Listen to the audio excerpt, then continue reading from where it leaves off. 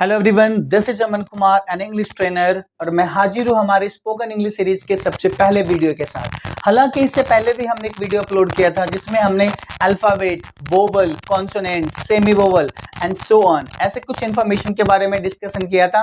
और इस वीडियो में हम देखने वाले हैं एजेएमआर। बेसिकली मैं आपको एक्चुअल में समझाने वाला हूँ कि एजेएमआर होता क्या है। दो हमने एजेएमआर को अपने लाइफ में बहुत बार सीखा आज तक। अब तक हमने बहुत बार सीख चुका है कि एजेएमआर को कैसे यूज करते हैं, लेकिन आप इस वीडियो में जो सीखने वाले हो, मैं प्रॉमिस करता हूं कि बिल्कुल डिफरेंट होगा। देखते हैं आखिर एजेएमआर होता क्या एक्चुअल में। जैसा कि आप देख पा रहे हैं, मैंने टाइटल दिया इस टॉपिक को, जो कि है state of being of present time.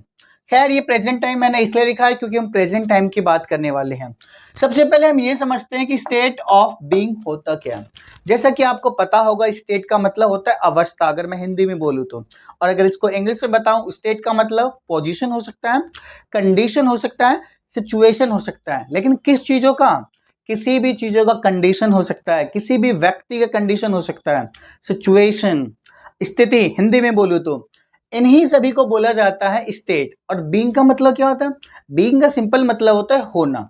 तो बेसिकली स्टेट ऑफ बीइंग का मतलब होता है कि जब हम सब्जेक्ट के बारे में कुछ इंफॉर्मेशन देंगे, क्योंकि subject itself is being something. All I want to say here, subject खुद में कुछ तो होगा ना, वही इंफॉर्मेशन हमें देना होगा, वो कहलाएगा स्टेट ऑफ बीइंग। कौन से वाला? State of being of present time. तो अब हम स्टेट ऑफ बीइंग को समझ चुके हैं कि एक्चुअल में स्टेट ऑफ बीइंग होता क्या है। स्टेट ऑफ बीइंग का मतलब सब्जेक्ट एक्चुअल में है क्या, वही इंफॉर्मेशन देने के लिए स्टेट ऑफ बीइंग कैटेगरी वाले सेंटेंस को फॉर्मुलेट किया जाता है। स्टेट ऑफ बीइंग के सबसे पहले रूल की अगर हम बातें करें, मैं प्रेजेंट टाइम की बातें कर रहा हूं। आने वाले क्लासेस में हम इसके पास्ट टाइम को भी देखेंगे, फ्यूचर को भी देखेंगे, हम मॉडल वर्ब में भी देखेंगे। फिलहाल हम देखते हैं स्टेट ऑफ बीइंग और प्रेजेंट टाइम, आखिर ये वर्क करता कैसे है। जैसा कि आप देख पा रहे हैं हमारे रूल में, सबसे पहले हमें यूज करना है सब्जेक्ट, या तो एज, या तो एम, या तो are and other words, right है। अच्छा, मैं आपको जानकारी के लिए बता दूं, ये जो एजेएमआर जो मैंने यहाँ पे यूज करा है, ये कोई हेल्पिंग वर्ब नहीं है, क्योंकि हेल्पिंग वर्ब का मतलब और कुछ होता है, और यहाँ पे मैंने इसको मेन वर्ब की तरह यूज करा है। जी हाँ, ये जो एजेएमआर आप यहाँ पे देख पा रहे हैं, ये कोई हेल्पिंग वर्ब नहीं है, ये खुद में मेन वर्ब है। यहाँ पे क्लियर है? तो हमारा रूल है सब्जेक्ट, या तो एज, या तो एम, या तो आर। हम सभी को पता है कि एज सिंगुलर सब्जेक्ट के साथ आता है, एम का एग्रीमेंट आई के साथ है, specially in the present time, और आर के साथ प्लूरल कोई भी सब्जेक्ट होगा उसके साथ आर लगा देना है। और उसके बाद जो इन्फॉर्मेशन दोगे, एडिशनल इन्फॉर्मेशन दोगे जो सब्जेक्ट के बारे में, वो हमारा कहलाएगा अदर वर्ड्स। अब इस रूल पे हम किस तरह के सेंटेंस बनाते हैं? हम इस रूल पे वही सेंटेंस बनाते हैं जो आज तक आपने पढ़ा होगा, कि इस का मतलब है होता है, एम का मतलब हूं होता है, और आर का मतलब हो होता है। मैं अगर सच में बताऊं तो ऐसा कुछ भी नहीं होता है। सच मानिए, मेरी बात समझिए आप, कि इनका मतलब ऐसा कुछ भी नहीं होता। ये तो डेफिनेशन हम इसलिए दे रहे हैं क्योंकि हम अवेयर है हिंदी लैंग्वेज से। क्या यही डेफिनेशन हम दे सकते हैं, या वो बच्चा ये डेफिनेशन दे सकता है जिसको हिंदी नहीं आती, जिसको मराठी आती है, पंजाबी आती है, उर्दू आती है? ऐसा पॉसिबल नहीं है। ये सिर्फ प्रॉब्लम जो है वो सिर्फ हमारे हिंदी वासी में है, राइट है। तो आपको एजेएमआर या फिर ऐसे कोई भी स्ट्रक्चर आप पढ़ते हो, कुछ भी पढ़ते हो इंग्लिश का, इंग्लिश को इंग्लिश की तरह पढ़ा जाए, उसको ट्रांसलेट करने की कोशिश ना करें कि इसको एक्चुअल हिंदी क्या होता है, क्योंकि translation is not a permanent solution, this is just for a temporary solution, right. तो मैं आशा करता हूं कि आप इसको ट्रांसलेशन के मेथड से नहीं देखेंगे, आप एक्चुअल में समझेंगे इसका सेंस क्या है। जैसा कि मैं आपको बता चुका हूं, स्टेट ऑफ बीइंग का मतलब इंफॉर्मेशन, उसका रूल हमारे पास ये है, और हम बातें कर रहे हैं प्रेजेंट टाइम की।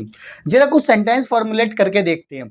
अच्छा, यहाँ पे कुछ आप सेंटेंस देख पा रहे हैं, ये मैंने हिंदी में सेंटेंस इसलिए लिखा है ताकि आप समझ पाए कि एक्चुअल में इसका सेंस होता क्या है। अदरवाइज मैं इंग्लिश टू इंग्लिश भी लिख सकता था। कोशिश करते हैं कुछ सेंटेंस इसको इंग्लिश में फॉर्मुलेट करने का, राइट है, कि क्या इस रूल पे आता है, क्या ये चीज एक्चुअल में वर्क करता है या नहीं करता है। मैं आपको दोबारा कह रहा हूं कि आपको हिंदी में सोचने की जरूरत नहीं है। ऐसा नहीं सोचना है कि इस सेंटेंस के अंत में है आया है तो आप इज लगा दोगे, ऐसे तो सब में है आया है तो इसका मतलब क्या आप इज लगा दोगे? ना जी, गलत बात। आपको एक्चुअल में सेंस को पकड़ना है, राइट है। देखते हैं कुछ सेंटेंस को फॉर्मुलेट करके। पहला सेंटेंस आप देख पा रहे हैं हमारे पास, यह एक मार्कर है, यह मीन्स दिस। जैसा कि दिस हम देख पा रहे हैं सिंगल है, तो हम यूज करेंगे this as a marker, right. ये हमारा बन गया सबसे पहला सेंटेंस। अगला सेंटेंस देखते हैं। आप एक अच्छे इंसान हैं, राइट। आप एक अच्छे इंसान हैं। यू प्लूरल है तो हम आर यूज करेंगे। You are such a nice person. You are such a nice person. तीसरे सेंटेंस आप देख पा रहे हैं, आज छुट्टी है। इसको बोलने के लिए हम पहले यूज करते हैं इट का, क्योंकि डेट, टाइम, मौसम, इन सब चीजों का डिस्क्राइब करने के लिए हम इट का यूज करते हैं। इट हमेशा सिंगुलर होता है तो इट के साथ यूज करेंगे हम as. It is a day off today. Day off का मतलब होता है छुट्टी, और कब छुट्टी है? आज छुट्टी है, ठीक है। हम मूव करते हैं चौथे सेंटेंस के पास। चौथा सेंटेंस है हमारे पास, वह मेरी इंग्लिश की अध्यापिका है या फिर अध्यापक है, राइट। कौन है? वह। और यहां से हमें पूरा पता चल पा रहा है कि ये फीमेल जेंडर की बात हो रही है, तो हम क्या लिखेंगे? पहले सी, और सिंगुलर है, सिंगुलर के साथ एज लगाएंगे। सी इज, वह मेरी इंग्लिश की टीचर है। She is my English teacher, right. छठे सेंटेंस की तरफ, पांचवें सेंटेंस की तरफ हम मुड़ते हैं।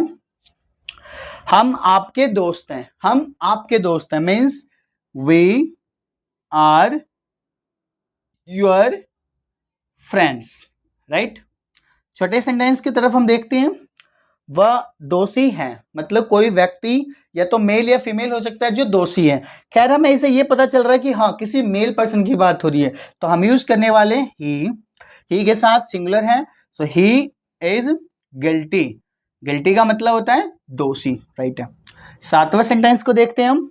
मैं एक पुलिस हूं, राइट है, या फिर मैं एक पुलिस वाला हूं। कौन है? मैं। सो आई, और आई के साथ आता है एम। आई एम, मैं अगर पुलिस वाला हूं तो मैं एक ही तो होऊंगा। I am a police man. I am a police man. 8 number देखते हैं। आप सभी मेरे क्लासमेट्स हो, राइट है। आप सभी मेरे क्लासमेट्स हो, देखते हैं। You all are my classmates, क्योंकि ये प्लूरल है, ठीक है। 9 सेंटेंस देखते हैं। आज गर्मी है।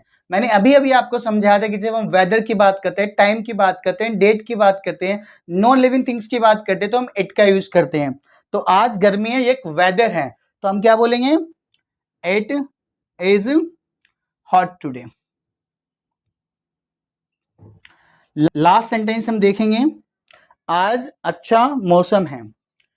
10वां सेंटेंस, यानी कि सबसे लास्ट सेंटेंस को हम देखते हैं क्या लिखा हुआ है। आज अच्छा मौसम है। अभी अभी मैंने बताया था ये मौसम वेदर के कैटेगरी में आ रहे हैं, यानी कि हम इट यूज करने वाले इसके लिए, तो हम कहेंगे it is nice weather today.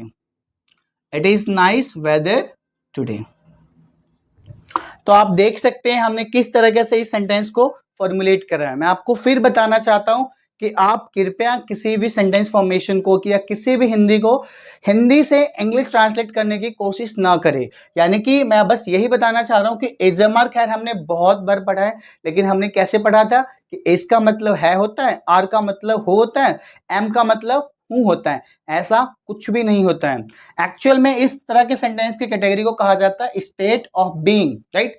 State of being of present time, कि प्रेजेंट टाइम में सब्जेक्ट कुछ तो है, वही जानकारी देने के लिए हम स्टेट ऑफ बीइंग कैटेगरी के सेंटेंस फॉर्मेशन को यूज करते हैं।